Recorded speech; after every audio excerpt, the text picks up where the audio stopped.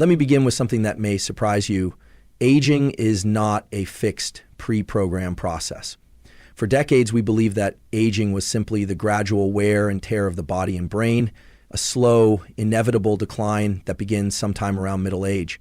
But over the past 20 years, an explosion of research from fields like neuroscience, epigenetics, and behavioral science has dramatically rewritten that story. What scientists have uncovered is both empowering and deeply practical. Many aspects of aging are profoundly modifiable by your daily habits. In fact, one groundbreaking study published in Nature Communications in 2021 estimated that up to 80% of biological aging can be influenced by behavior, lifestyle, and environment, not just genetic. Researchers like Dr. David Sinclair at Harvard, Dr. Elizabeth Blackburn, who won the Nobel Prize for her work on telomeres, and many others have shown that the choices we make each day can literally impact how our cells age, how our brains maintain cognitive sharpness, and how our bodies stay strong, resilient, and vibrant. Here's the critical truth. Chronological age is simply the number of years you've been alive. Biological age is how old your cells and systems actually function, and the gap between those two numbers can be surprisingly large depending on how you live. If you're over 50, this becomes even more crucial. This is the decade when many people begin to notice changes in strength, flexibility, memory, mood, sleep, and energy.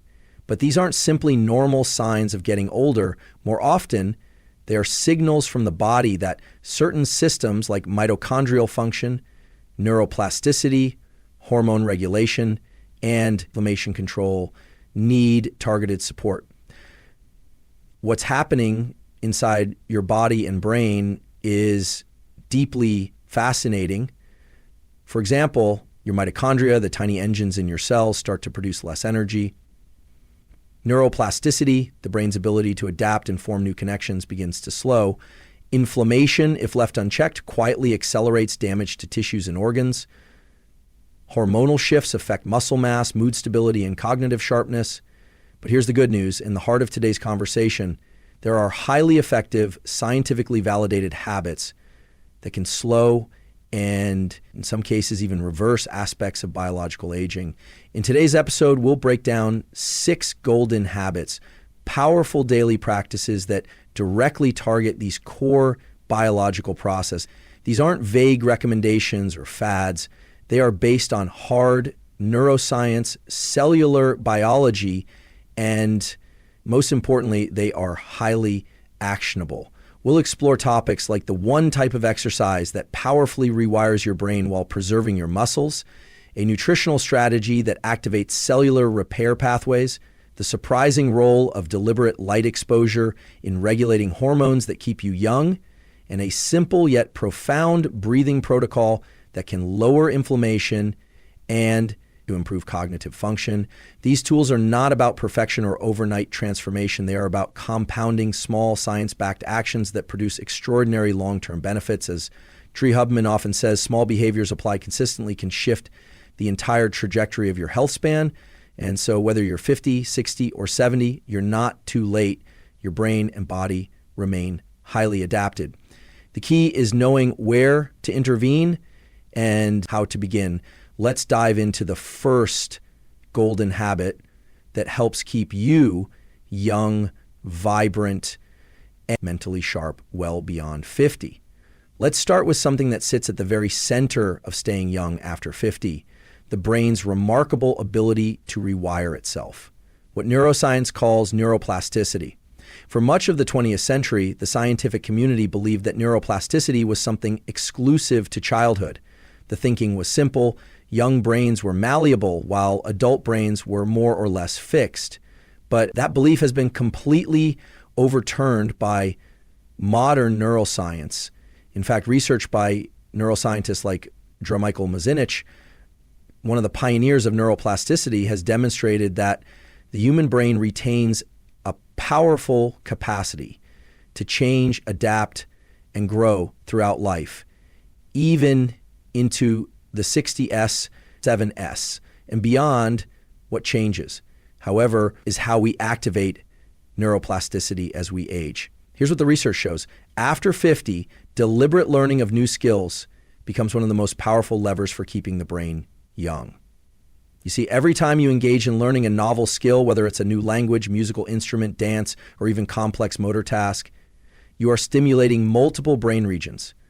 The prefrontal cortex, which governs decision-making, the hippocampus, which manages memory formation, and the cerebellum, which coordinates movement and precision. These regions work together to lay down new neural pathways, strengthen synaptic connections, and promote the growth of new neurons, a process known as neurogenesis, for example. A study published in Frontiers in Aging Neuroscience 2014 found that seniors who engaged in cognitively demanding skill acquisition like digital photography and quilting showed significant improvements in memory and executive function compared to control groups who performed more passive activities.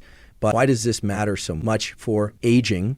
Because many of the cognitive declines associated with aging, such as slower processing speed, memory lapses, or difficulty with multitasking, are largely tied to reductions in neuroplastic activity. By keeping neuroplasticity active, you're directly counteracting these declines. Now, here's the actionable part. The key to activating neuroplasticity after 50 is combining novelty with focused effort. Let me explain with a simple analogy. Think of your brain like a forest. The more you walk a certain path, the more defined it becomes. But if you never create new trails, large parts of the forest remain unexplored and overgrown. Novel learning creates those new pathways, keeping the entire forest vibrant and alive.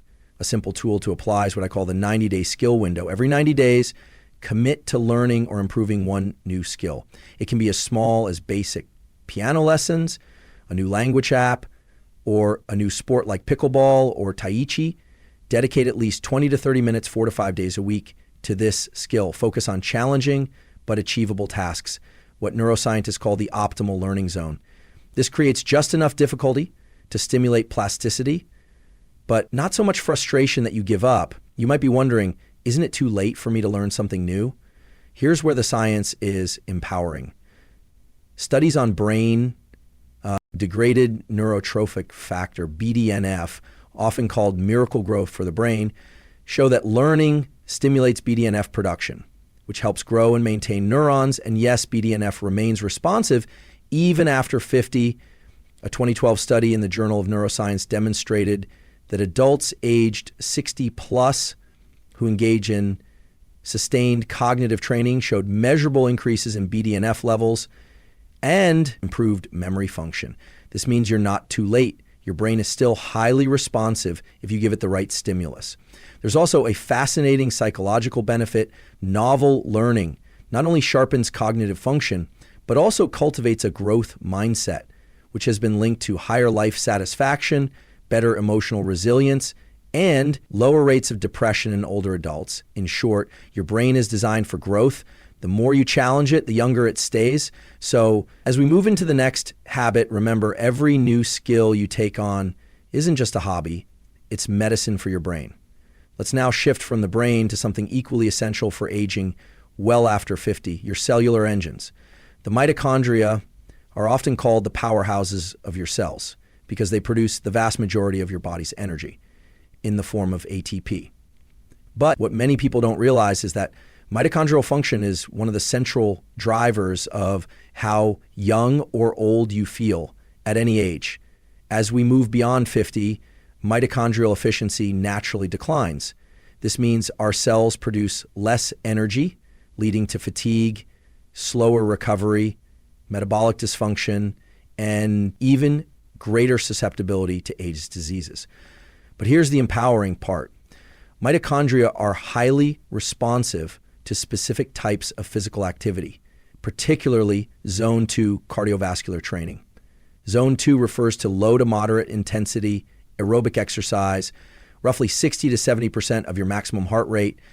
It's that sweet spot where you can carry on a conversation, but still feel like you're working. Think of a brisk walk, a light jog, steady cycling, or swimming at a comfortable pace. Now, why is zone 2 so critical for aging? Here's what the research shows. Zone 2 training maximizes mitochondrial biogenesis, the creation of new mitochondria, and enhances mitochondrial efficiency. A 2021 review published in Cell Metabolism explained how regular zone 2 training activates a cellular pathway called PGC1 alpha peroxone proliferator activator receptor gamma coactivator 1 alpha, which acts like a master switch for mitochondrial growth and function in simple terms. The more mitochondria you have and the more efficient they are, the more energy your body and brain have access to even as you age.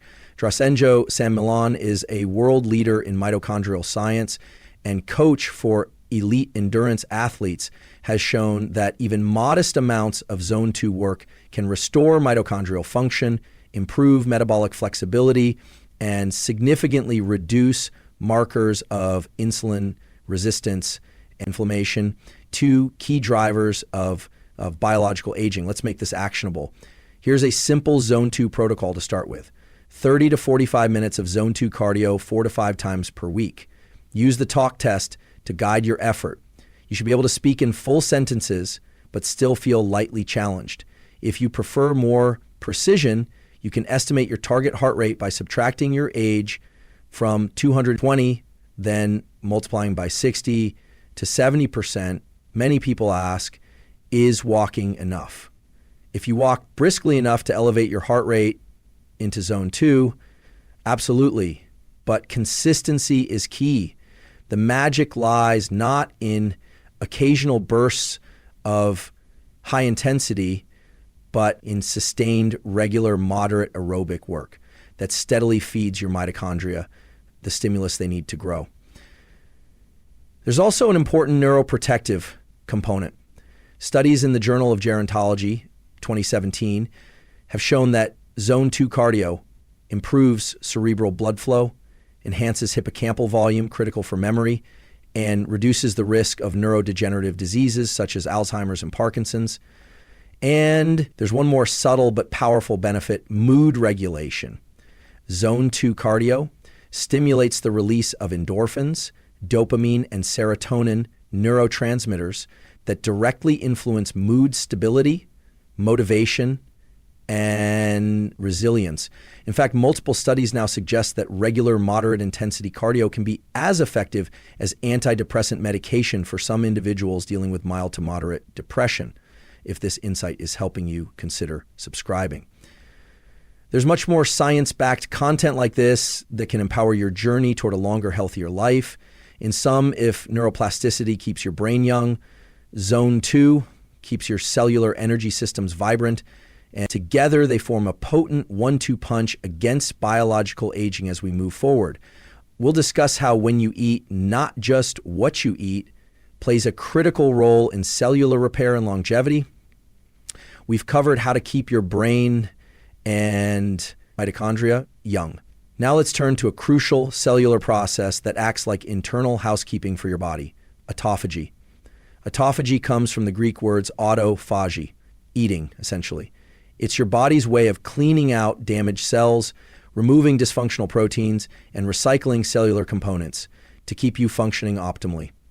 This process becomes increasingly important after 50 as the body accumulates more cellular debris and metabolic waste that can contribute to inflammation, metabolic disorders, and even cancer if left unchecked.